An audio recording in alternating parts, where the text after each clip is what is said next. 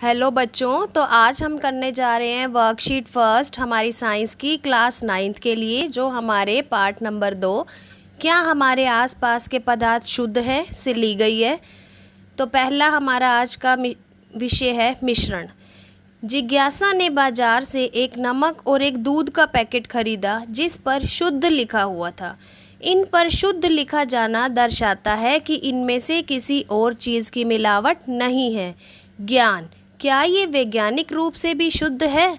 तो इस पैराग्राफ में बच्चों दो बच्चे आपस में बात कर रहे हैं, ज्ञान और जिज्ञासा, जो भाई बहन हैं।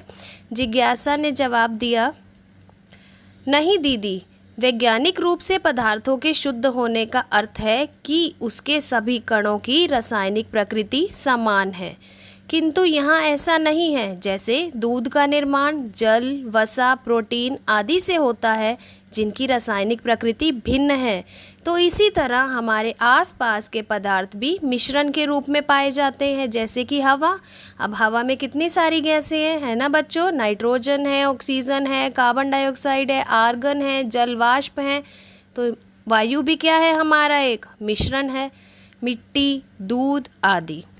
तो ऐसे पदार्थ जिनका निर्माण दो या उससे अधिक पदार्थों से, शुद्ध तत्वों से या यौगिकों के मिलने से होता है और जिसमें कोई भी रासायनिक अभिक्रिया नहीं होती, उसे मिश्रण कहा जाता है।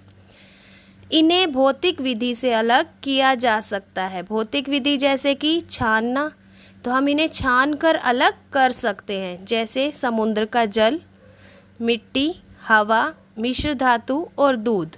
अब ये मिश्रण कितने प्रकार के होते हैं? ज्ञान ने अपनी दीदी जिज्ञासा से पूछा। मिश्रण दो प्रकार के होते हैं बच्चों, समांगी मिश्रण, विषमांगी मिश्रण। समांगी मिश्रण ऐसा मिश्रण जिसमें उसके घटक एक दूसरे में एक समान रूप से मिले हों, जिनकी पहचान आसानी से करना संभव ना हो, जैसे चीनी और पानी का मिश्रण। अब आपने क्या किया? पानी लिया, पानी में चीनी को घोल दिया। घुलने के बाद क्या आप उस पानी में से चीनी को अलग कर सकते हैं? नहीं। क्या आप चीनी को अलग से देख सकते हैं? नहीं। क्या आप छानन विधि से या किसी भी भौतिक विधि से पानी और चीनी को अलग कर सकते हैं? नहीं। तो ऐसे मिश्रण जो समान रूप से व्यवस्थित हो जाएं और जिनकी पहचान ना हो पाए, जिन्हें भौतिक विधि से अलग ना किया जा सके, वो है हमारे समांगी मिश्रण। ठीक है, जैसे पानी और नमक, पानी और चीनी और वायु। सेकंड है बच्चों विषमांगी मिश्रण। ऐसा मिश्रण जिसमें उसके घटक असमान रूप से मिले हों, और असमान रूप से मिले हैं तो उनकी पहचान आसानी से हो जाएगी। जिनका आकार भी अलग है और आमाप भी अलग है, तो उन्हें हम भौतिक विधि से अलग भी कर सकते हैं, जैसे चीनी और रेत का मिश्रण, गंदा पानी, नमक और लोहे की छीलन का मिश्रण। तो नमक और लोहे की छीलन को कैसे अलग कर देंगे हम? चुंबकीय माध्यम से भी कर सकते हैं और छान कर भी कर सकते हैं। चीनी और रेत का मिश्रण हम छान कर अलग कर सकते हैं।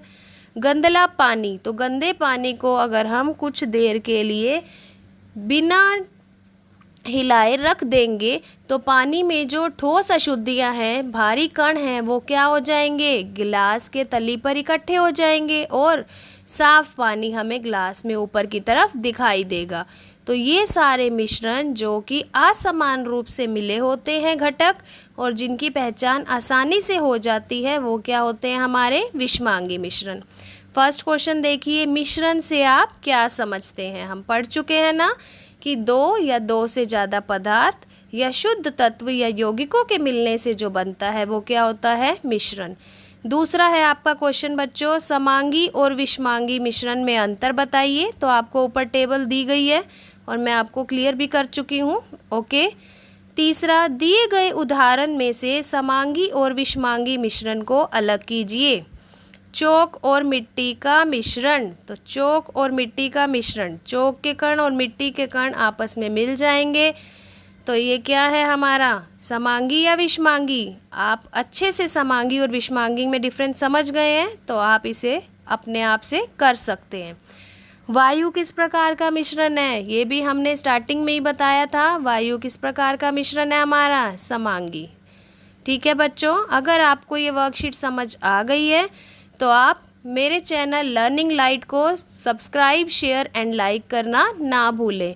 अगर आप चैनल को सब्सक्राइब करेंगे तो आगे आने वाली सभी वर्कशीट्स के नोटिफिकेशन और सॉल्यूशंस आपको इजीली मिल जाएंगे। Thank you.